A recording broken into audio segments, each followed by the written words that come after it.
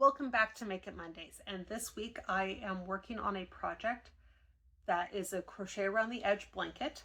This time around it is two separate pieces of fleece that are going to be crocheted together. So I've got a pretty teal and a pretty dark blue, and both pieces are going to be put together with ombre blue yarn. So let me get everything flipped around and set up, and I'll show you how it gets started. So I have the center of a short side marked on the fabric because these two pieces are going to be worked together vertically. I also have a slip knot on my hook. So let me get this stitch marker out. And then I'm going to insert my hook and single crochet one and then chain one. And then I'm going to go into the next hole. So these holes are made with a special rotary cutter that has little points or notches on the outside of it, so it cuts the little slots. So here I am to the corner on a first round. So I'm going to single crochet into the last punch of the row, and then I'm actually going to chain 3, fold the corner over, and single crochet into the same hole again, chain 1, and then start on this next side. So then I work across the side and continue to do the same thing all the way around. So here I am at seaming the two pieces together. So it's on the second round of the second piece. So like everything else, I'm doing a single crochet. Then I'm chaining 1. I'm taking my hook out of the loop. I'm finding the next hole, the first piece, picking up the loop again through it and pulling it through. I'm also making it a little bit longer so that it doesn't pucker. And I'm going to just repeat that all the way down. So I don't make a whole lot of these blankets on camera because they're not actually all that interesting. But in general, I actually do make a lot of them over the course of a year. My general goal is 18 of these blankets, or 18 blankets total this year, guessing about 12 of which will be these crochet around the edge. Some of them will be pieced like this one. That's the wrong hole.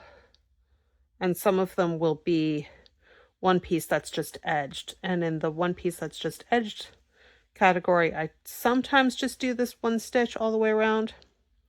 And sometimes I will do different edging depending on what I'm trying to learn, what looks good with the blanket, and so on.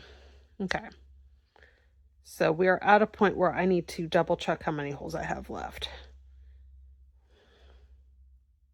And actually, it's going to work out just fine.